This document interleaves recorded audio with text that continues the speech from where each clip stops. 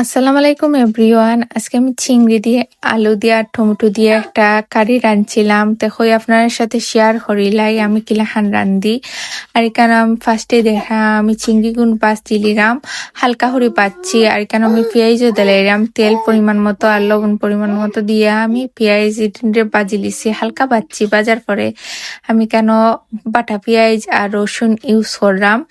করার পরে আমার এটি ভাজা হয়ে গেছে। আমি হলুদ আর মরিচের পাউডার, এরপরে এখানে আমি ধনিয়া আর জিরা পাউডার, কারি পাউডার আমি এড করি লিমু 1 চামচ করি। আমি বেশি দিতাম না। আর এখানে আমার মশলা এগুলো পালা করে বাজিলিম। আবার মশলা বাজার গেছে আসলে সব থেকে বেশি মজা হয় যদি একটু সুন্দর করে বাজন দেওয়া, বা আপনার কারিটা এমনও মজা হইব।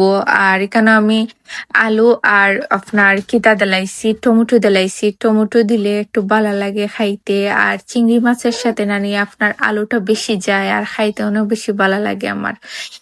আর এখানে আমি চিংড়ি মাছ ইগুন দিলাইছি, দিয়ে একটু লাড়াচাড়া দিমু। আর সে কিতা ডাখন কোন অঞ্চল আপনারা চিংড়ি মাছ ডাখন, আর মানে চিংড়ি মাছের আর কিতা কিতা নাম হয় ডাখন কইবা। আমরা এবার আপনার চিংড়ি মাছ রে ইসা মাছ হইন, আপনারা কিতা হইন কমেন্ট করে জানাইন। আর এখানে আমি ধনিয়া পাতা দিলাইলাম। ধনিয়া পাতা দেওয়ার পরে আমার কারির লুকটা অনেক বেশি সুন্দর হয়েছে। আর খাইতে তো বুঝেই যার কিলা খান হইব। আর পালাতা হোকা সবাই, আল্লাহ হাফেজ।